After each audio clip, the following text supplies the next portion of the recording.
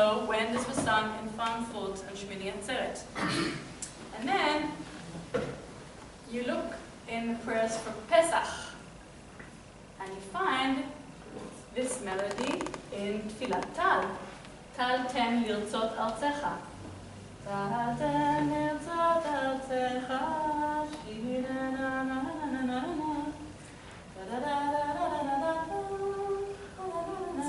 I'm not actually reading the music, but it sounds something like that. And let's hear Mordechai Breuer, and he sings this Tal melody. This is the melody for the Jew, the prayer for the Jew, which is on Pesach, first day of Pesach.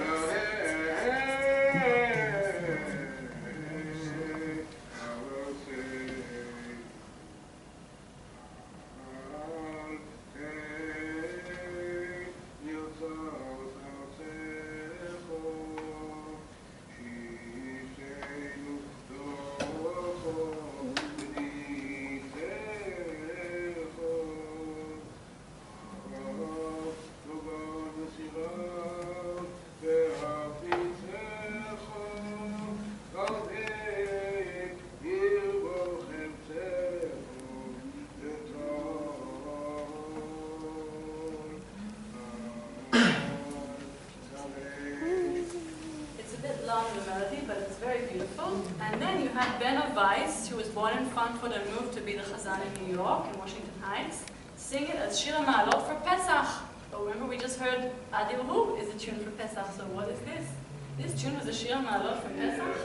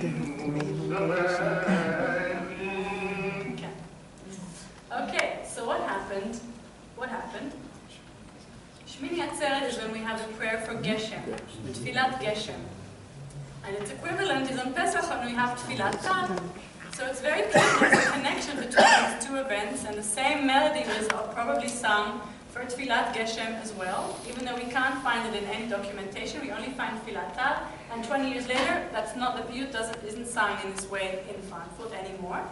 But it remains in the home, and because Pesach has such a strong Adil Hu melody, Adil Hu, la la la, it takes over the melody of Pesach, and it remains only in Shmini Atzeret. So this is a case in which the home melody, the home preserves the tradition of the shul, but it also loses its meaning, connecting it to some specific time. And so this is what happens in Israel, because what happens in Israel when these immigrants from Frankfurt come to Israel? First of all, in Israel you have a large influx of Eastern European Jews, the majority. And so the Ashkenazim from Ashkenaz are no longer part of their own community, their larger community. Often it's hard for them to even make their own minyan, which is only Western European. And so many times with weddings and family members, there is no longer this tradition in the homes, and no longer this tradition in the liturgy. Also, in Israel, you don't have 2 days of Yom Tov. So you can't do one day the melody of Shmini Atzeret and another day the melody for Simchat Torah, because it's only 1 day. You can't have 1 day of Pesach, the first day of Pesach maybe Adil Hu for Shir Hamaalot, and the second day of Pesach maybe Tzal Ten, because there's only 1 day. You have a whole, very much smaller range of days in which you can sing these songs, in which you have festive meals, in which you have festive prayers. And so this very much narrows down the tradition. And also, that's why we have Shalosh Sudot, so we can sing 3 songs. Yes, very good. I don't know how much they sing Shir Hamaalot and Shalosh Sudot. They usually do something for... quick. Something quick. Something very quick. And so in many ways, So what do you do about Shmini Atzeret? There really is no Shmini Atzeret, for example. So there are different ways of remembering it. So Moshe Hildesheim said in an interview, he's from Hamburg, in Israel there's no Shmini Atzeret, so when do we have a chance to sing this tune? So I sing this melody, to Shir Hamaalot, this melody, on Shabbat Chol HaMoed Sukkot. Because if you don't sing it, it's going to get lost. It's important for him to preserve it. And this is the part of the question of how do we remember, why do we remember? Oh, why do we forget, and how can we remember? So we spoke of the reasons why we forget. Because the piyutim are no longer sung, because the synagogues have been destroyed, because many of the people, the congregants, either perished in the Holocaust or were displaced and took them time to organize their families. Sometimes there were families in which they didn't want to continue these traditions, and the second and third generation no longer remember these tunes for Shir Hamaalot. So in many, many cases, this was a sense of obligation. In some families there is this continuity of these traditions, but in many families there really is not. And so part of the reasons that we forget is, natural ones, and how can we remember? Only if a family really makes a very special effort. It takes a lot of energy to try and convince the younger generation who doesn't know these tunes, and didn't grow up with them, and is not going to hear them in a synagogue, maybe ever, that this is a song worth singing. And so in Israel you have some Shir Hamaalot for some festivals which are easier to remember than others. Maoz Tzur for Chanukah, easy peasy, the children know really, really well. They sing it every day, we sing it 8 times, it's in the home. Easy, very easy to remember, and to continue singing it as Shir Hamaalot.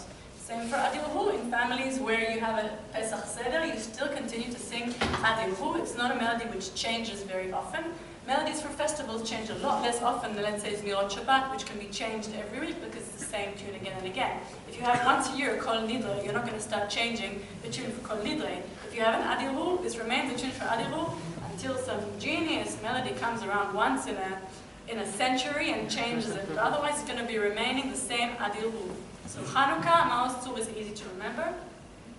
Also, you have Eli Tzion, which is still sung on Tisha B'Av. This is a melody which still remains something which people hear in the synagogue, and so it's easy to connect to Shir Hamaalot and to continue singing it as a song for the 3 weeks, as Shir Hamaalot for the 9 days, etc. Other songs such as Sukkot, very difficult to remember because not everyone is doing the Shutl Nigun anymore. In fact, very few are doing this tune in synagogues in Israel, at least. It's sung very, very rarely for Hallel. And also for Shavuot, you don't really say Akdamut. If you do, it's in a different, you say Akdamut in a different melody. You say Akdamut, what's the melody for Akdamut? It's an Eastern European melody more. It sounds like...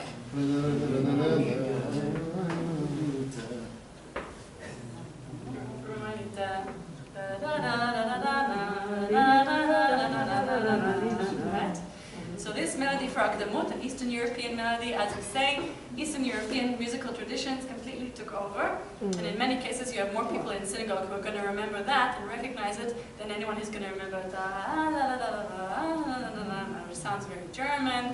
There's a whole a range of reasons why this is not going to continue. But again, Akdamut is this Eastern European melody. It's also a good example of what we're speaking about. It was so deeply ingrained as a melody for festival that it became the melody for all of the Kiddush for Shalosh Regalim.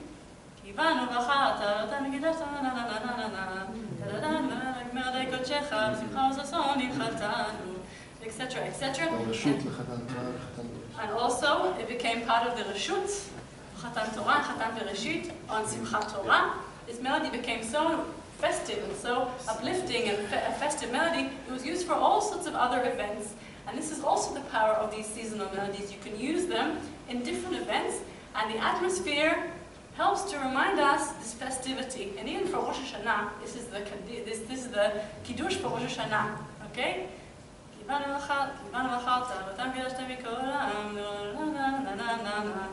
Etc. And so we have different ways of using these melodies and remembering them. And the really strong power of the seasonal melody is when you sing it out of context. For example, in Megillat Esther, we have parts where where we stop singing the trope of the Megillah, and we start singing the trope of Megillat Eicha. So this immediately, the melody immediately reminds us of Eicha, of Tisha B'Av, of the Kelim Mikelim Shonim. It reminds us of the Beit HaMikdash, Churban Beit HaMikdash. And so in this way, when you have the seasonal melody, it's a very, very strongly associated with a certain time, and you transplant it in Purim, a completely different event, it reminds you stronger than any word could. Music has that power of signifying a ritual time. And so I guess I'm going to conclude. Can we move on to the last one? There we go, back to the beginning. So to conclude, I would say that the melodies for Shir Hamaalot among these German-speaking Jews, and I include Swiss Jews and Jews of Copenhagen and even Amsterdam, German-speaking Jews from the larger region, this was a tradition which was very much connected to memorialization of a ritual time, but also of a place of exile. And in my case, it was of Frankfurt. And through this culture of musical practice, meaning as long as it was still being sung, it was still part of the musical prayer, it had a very strong connection as signifying a certain time. And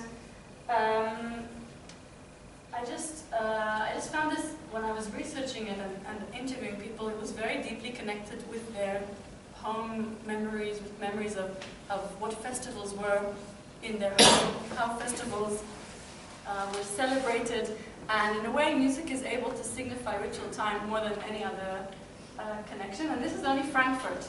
I'm interested in this is my request from you, I'm interested in researching further, not just smaller regions as Frankfurt, I mean it's not so small, but also other musical traditions. So I'm asking you if any of you have melodies which you remember for Shir Hamaalot, which maybe are out of the ordinary, maybe you haven't heard in other places. For me, it's a real chaye.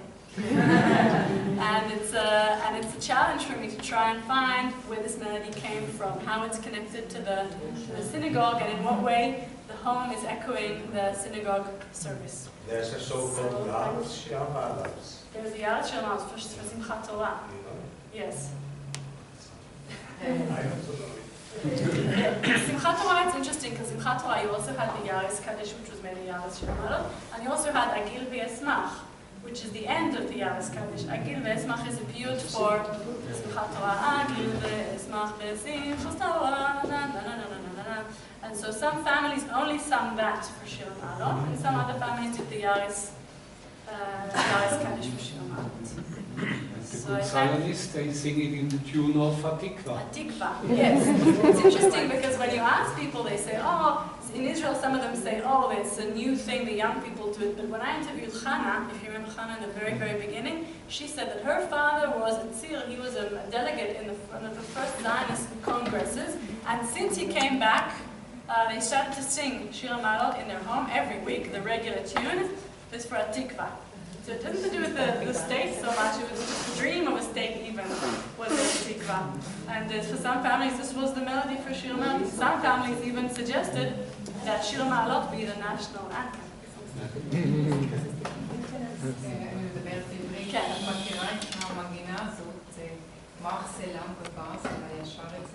Shir Hamaalot,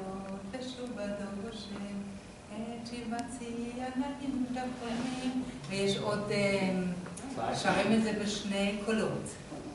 לה לה לה לה לה לה לה לה לה. Das ist aber nicht mehr jäckisch. זה ביחד, זה נורא יפה. Das ist sicher nicht Frankfurt.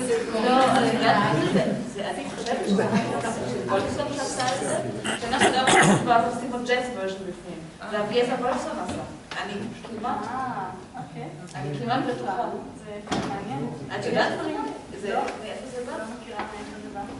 זה נשמע מאוד מעניין. זה נשמע קצת חסידי. זה משהו שהוא אולי מזרח אירופאי. הם קוראים לזה פוסט-אוטו-ניגון. תודה רבה. יש לנו שאלות?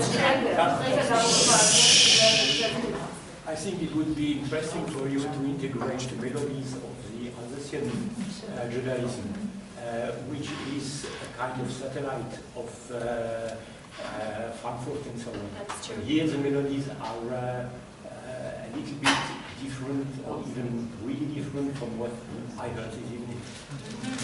Okay. I will look for Lothringen is the same. Yes. But I think the whole thing is not sexy anymore. The young people with the Hasidic movement, with your family Karlebach, they changed the melodies. We changed also the set. We had from my father Yekish melodies. I don't like it anymore. We changed the That's what we're talking melodies. about. Specifically, there's a real change, there's a shift. People don't remember, and even if they remember, they don't choose to continue many of these musical traditions. That's true. And especially the You youth. write a The youth in Israel changed from, there's no slow tune anymore. The best is you see that the Chatunot, when they start singing, they don't boom, boom, boom. It's true. Okay, so thank you very